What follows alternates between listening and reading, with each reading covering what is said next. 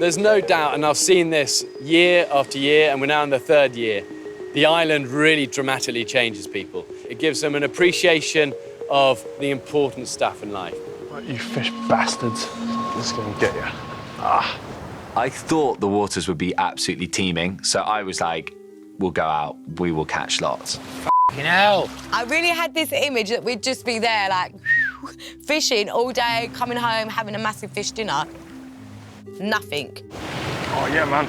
I caught loads of pufferfish. Nice, a f***ing pufferfish. But you can't eat them. Well, you couldn't, and you'd die. The lack of calories meant the group experienced dramatic weight loss. Right. We have scales, people. I don't think any of us need scales to know we've lost weight. Yeah.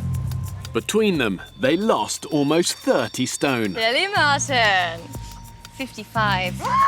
The girls were like, yes, I've lost like 3 kilos. The boys were like, ah, shit. Elliot, how much weight have you lost? 7 kilos in total. Right. Woo, that's f***ing You know, lost quite a bit of weight. Your total weight loss is 10 kilos. When I was on the island, I lost 3 stone, man. That is just like, I'm buzzing about it. F***ing boots right next to the fire. Erica was just an absolute throat pot. Shitting f***ing brains. F*** off, Erica. You're doing my f***ing head in. In the wild, when people are under pressure and your life is on the line, you've got to do all you can to keep a group cohesive and together. Because when it's together, it's strong. It's not strong when it's fragmented and broken. So some of the most important people on the island were the peacemakers. I think she's struggling. And I think if somebody's struggling, you don't fight fire with fire. Erica ran the risk of being ostracised all the way through just because of the way she's fiercely independent. She wound people up, but in the normal world, people do wind each other up. That's what happens. Sometimes you've got to cut people a bit of slack, haven't you? And if you want to get on as a group, then people like Erica, she's definitely unique, slightly cantankerous, but that's part of her. Yeah, I'm quite independent. I'm a self-employed person all my life, so I have to bite my tongue quite a lot. They've been all lovely. I mean, I can't complain. It's been fantastic. It was vital the group did pull together because this environment is so dangerous. They needed each other to survive. My biggest fear on the island is always the same. It's about keeping these guys safe. At the end of the day, these guys are there totally on their own. They're operating at the limits of their fatigue and physicality, and stuff happens. Even the vegetation was potentially lethal.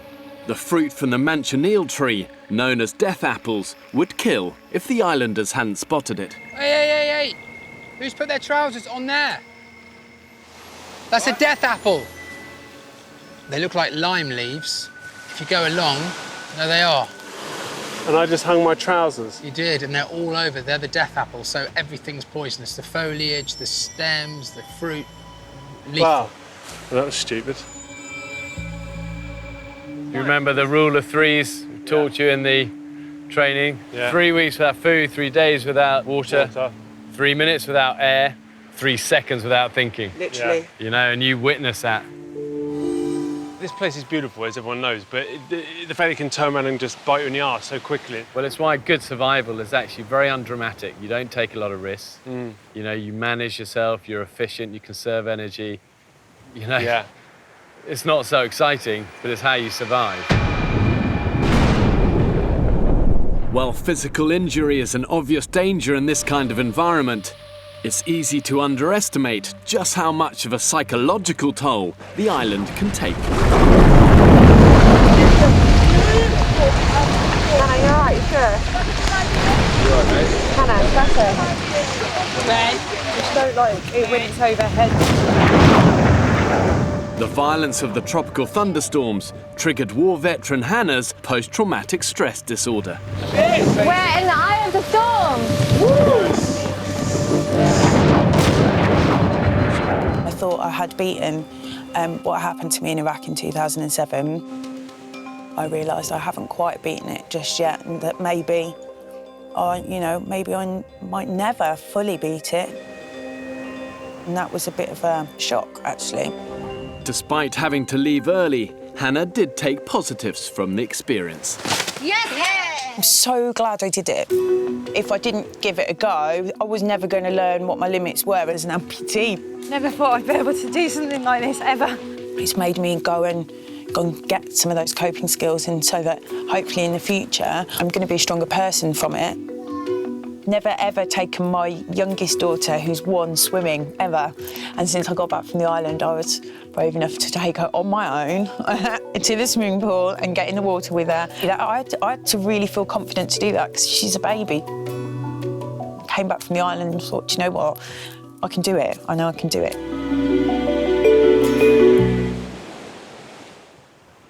One of the biggest sources of irritation came from the smallest of culprits. On the island, basically everything is out to get you.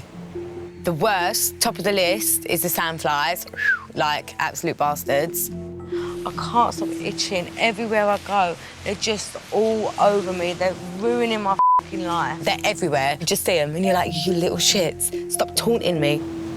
Oh my God.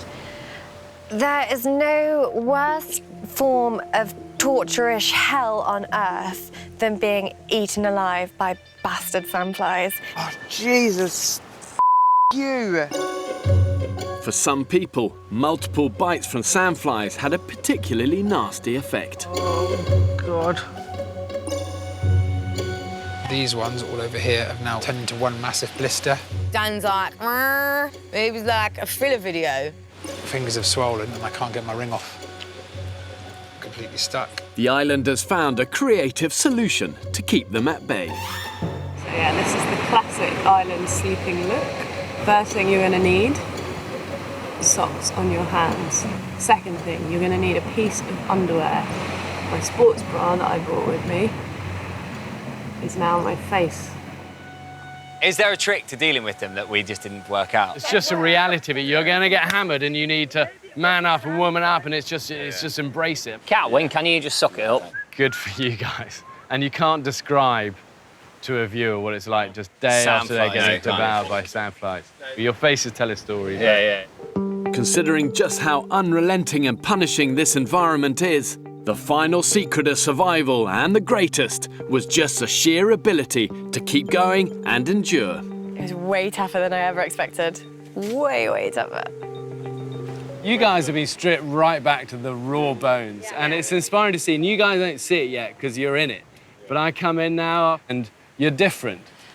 It just really makes you appreciate how great we have it in the UK and how lucky we are. It makes me appreciate my family more than trinkets, money, anything. Family. And it just clears the mind of all the other shit that you don't necessarily need in the Western world.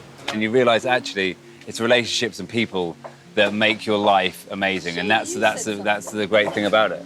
Imagine if you could do this island in a tablet and you give it someone.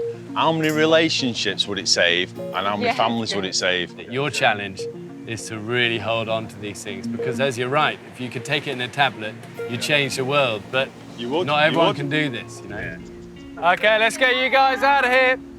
It felt a little bit sad because it was the end of something, but, oh, the relief. Yeah, baby. Guaranteed the mood of most people was like, thank God for this, we are done, I just want to get off now. But the sense of achievement was massive. And to achieve it with such lovely people as well, I think it was a real sense of unity. Oh, goodbye, Ireland! Bye!